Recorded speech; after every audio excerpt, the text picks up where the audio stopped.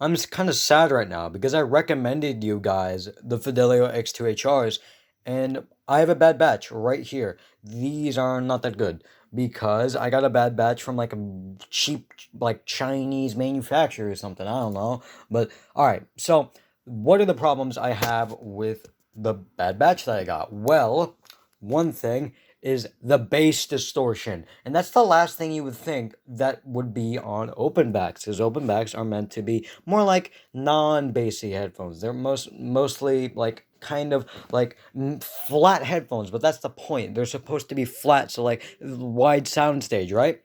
These like have a lot of bass, but not normal. Like normally they don't have a lot of bass. Normally they're really good. Like they're loud, they're good. I played it out of this and it was great.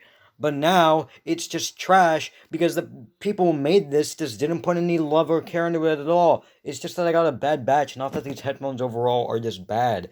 It's just that I got as I said, a bad batch. Um, Another thing, in my last video, I even said this, glued on ear pads. You cannot take these off. You cannot replace them. Good luck trying to rip them off. And even if you could, without like damaging the headphones, which you might end up actually doing, even though this is built like a truck, um, still, like, even if you get through all that without damaging the headphones, it's so much work. It is so much work. Like, are you kidding me? Why would you glue down the ear pads? That's not a thing people do. It's not a good idea. Um, Another thing is not only that, we're not done yet. We're close to being done with the issues, but let's go over here and let's set my phone camera down. Hold on. Oh no, wire, stop. No, there's a wire in the way. No, the desk is in the way now. There we go. Alright, that's a little bit better. There we go. Alright, so, got him right here. And if you listen closely,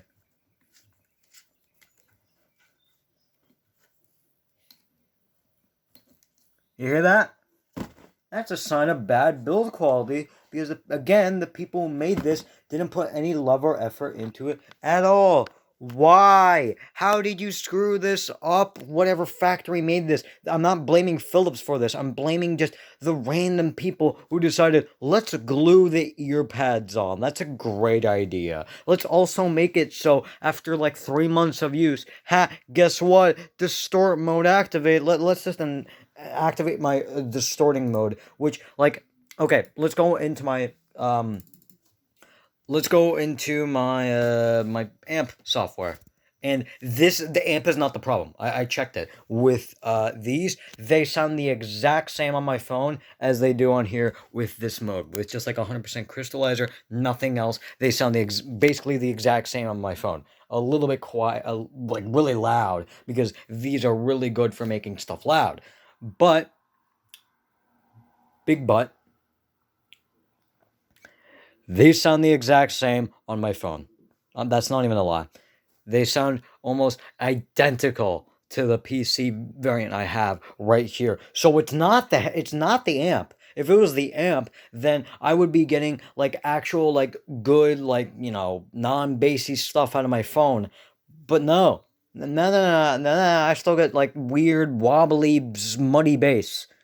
Why? Why? How do you mess that up? And you might be saying, it's maybe because you sat on it. But again, this is built like a truck. This is all, this grating right here is aluminum, I'm pretty sure. Or aluminum. Aluminum, yeah, it's aluminum. This is metal. This is like a very firm, like, wire protector. And this is plush. This is like a plush. This is made of real leather, by the way. Like, this is good. This is good build quality. And yet it makes that creaking sound. Like, it's really annoying when I'm trying to put these on. And then I just hear... It's like, shut up. But they also have bad bass because the people tuned the drivers and made this. And not Philips, but the people, made this just did not put any care or love into it at all. I've heard so many people say that these are like great headphones. They lasted for like a year perfectly fine. Mine are not because I got a bad batch. It sucks. It sucks. And you want to see this? Hey. Hey, let me show you this real quick. All right, so this is my equalizer. In order to compensate for the fucking awful bass, yeah, this is the low end. This is like bass, and this is the middle, and then that is the high end, trebles, stuff like that. This is where most instruments go, and then this is where the bass goes. I put it all the way down to the lowest part. Like I put it all the way down to the lowest it can go, and that is 12 decibels minus. 12 decibels might not seem like that much, but trust me, it's a lot further down. And these are normally like, okay, so let's put them where they normally are if, like, they weren't awfully muddy like they are right now. The bass response would be about right there. Like, it would be like around here, around there to there. Like, that's pretty good. Like, that is pretty good. But I have to compensate for this awful muddy bass, or over here, yeah. I have to compensate for this awful muddy bass by just putting everything down to zero, or putting everything down to negative decibels.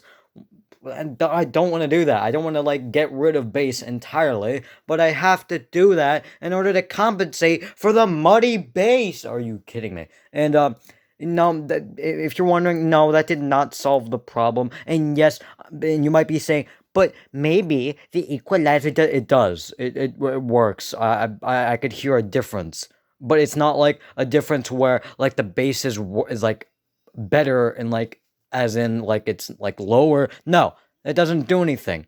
Like it still is muddy because the headphones are muddy. It's not the amp or the equalizer or anything like that. It is the headphones, straight up. And you know what the worst part about this is? This is a pretty good just all around listening experience. If you take out bass, you basically ruined two genres. My two favorite genres that I like. I like fun headphones. These are fun headphones. These are $20, and as I said, I plugged them into there, and they were but they had better bass response than this because this wasn't money. This was $20. $20. ZSTX. Those are $20 on Amazon right now. These are $150. After 3 months of use, they have just gone to shit. You've got to be kidding me. And you want to know what music I listen to the most? Oh yeah, let's keep in mind that I only basically listen to EDM and old 2000s to 1980s rock music. So, for example, if I want to listen to Comfortably Numb by Pink Floyd or Waiting for the Worms, which has a huge like I know that was like a bad rendition, but it's like a huge bassy guitar at the end. And want to know where the guitar sits on like the spectrum, on the line spectrum right here? It sits right at the end. It sits right there. The place where I have to compensate and I have to put down 12 decibels. So guess what? Guess what? If I want to listen to rock music, like, as I said, Waiting for the Worms, and I want to hear that awesome, like, absolutely punching bass line from that guitar, and you're not getting that. All right, hold on. Let me play Waiting for the Worms right now. Now it sounds pretty normal right now, and I will admit. Although, let's look at the volume. Are you guys ready to see what the volume is?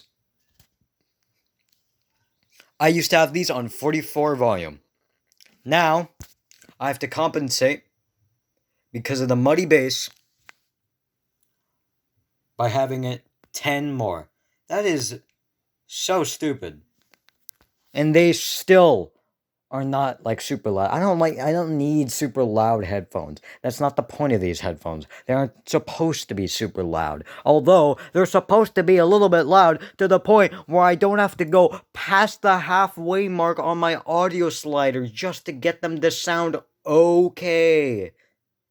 Like, they just sound okay because of the muddy bass. If they didn't have that stupid muddy bass and they actually, tune the drivers to be good and stay that way, then these are really good headphones. But again, I got a bad batch. All right, let's go to the bass line. Let's go to the end.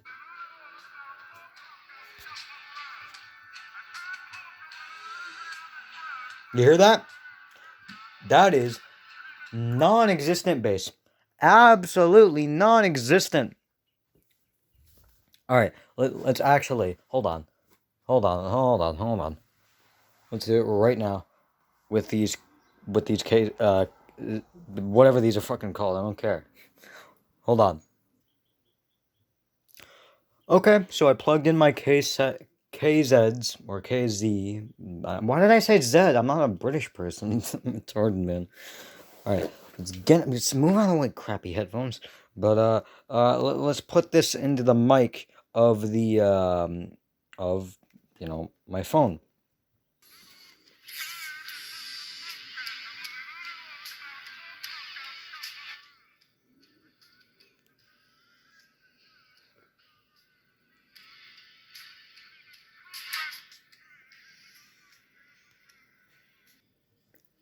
You hear that?